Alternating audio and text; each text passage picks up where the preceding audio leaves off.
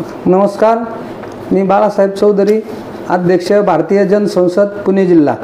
लाईव्हला येण्याचं कारण आपल्या खेड तालुक्यामध्ये भानासखेड धरणात एका बाहेर राज्याच्या माणसाने 15 एकरामध्ये अनधिकृत हॉटेलचं रिसॉर्टचं बांधकाम केलेलं आहे आणि त्या बांधकामावर गेले अनेक वर्षे तक्रारी करून देखील कारवाई होत नाही.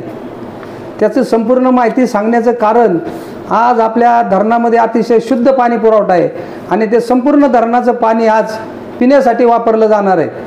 त्यामध्ये आज पिंपरी चिंचवडला पाणी चाललंय, त्याच बाकीचं उरलेलं पाणी आज आपला खेड तालुका घेतोय, काही पाणी पुणे शहराला दिले.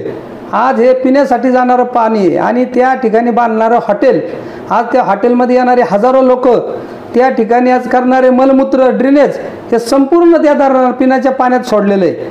या हॉटेलचं बांधकाम करताना हॉटेल मालकाने कोणत्याही शासकीय विभागाची परवानगी घेतलेली नाही. त्यामध्ये आज PMRD असेल, अजून ग्रामपंचायत असतील, धरणाचे काही विभाग असतील, यांची परवानगी न घेता एवढे 15 एकरामध्ये हॉटेल बांधलंच कसं, हा मुळात प्रश्न आहे. आज आपल्या एखाद्या गोरगरिबाने घर बांधलं तर त्याच्यावर कारवाई होती. गेल्या अनेक वर्ष त्या धरणात हॉटेल बांधून त्याच्यामध्ये तक्रारी करून देखील कारवाई होत नाही. आणि वैशिष्ट्यामध्ये हे धरण आज पिण्याच्या पाण्यासाठी वापरणारे आपल्या पुणे शहर, पिंपरी चिंचवड आणि खेड तालुका.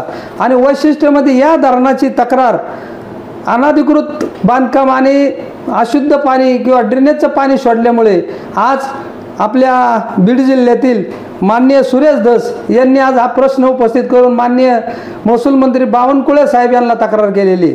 आणि आज आपल्या पुणे शहरातील या धरणाबाबत माननीय चंद्रशेखर बावनकुळे, आपल्या महाराष्ट्राला अतिशय धडाकेबाज मिळालेले मंत्री साहेब यांनी डायरेक्ट आपले जिल्हाधिकारी यांना तात्काळ हा लेखी आदेश केलेला आहे आणि त्यामध्ये त्यांनी स्वतः त्याची स्थळपाहणी करून डायरेक्ट त्यांच्यावरती कारवाई करा असे आदेश दिलेले.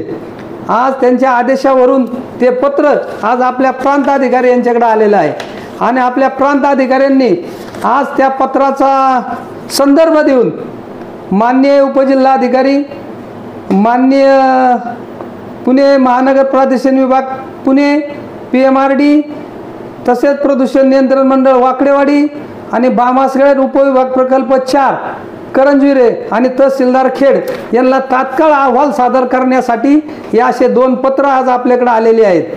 वास्तविक पाहता हे आपल्या खेड तालुक्यातील धरण आणि हे पाणी आपण आणि 2 पिंपरी चिंचवड पुणे शहर पिणार आहे. मला वाटतं या हॉटेलबाबत आपल्या पुणे जिल्ह्यातील सर्व आमदारांनी आज याच्यावरती प्रश्न उपस्थित करायला पाहिजे होता, पण असं काय आपल्याला दिसत नाही. याचा खऱ्या अर्थाने सुरेश धस या साहेबांनी आज याचा आपला प्रश्न उपस्थित करून आपल्याला जनतेला न्याय देण्याचं काम केलेलं आहे.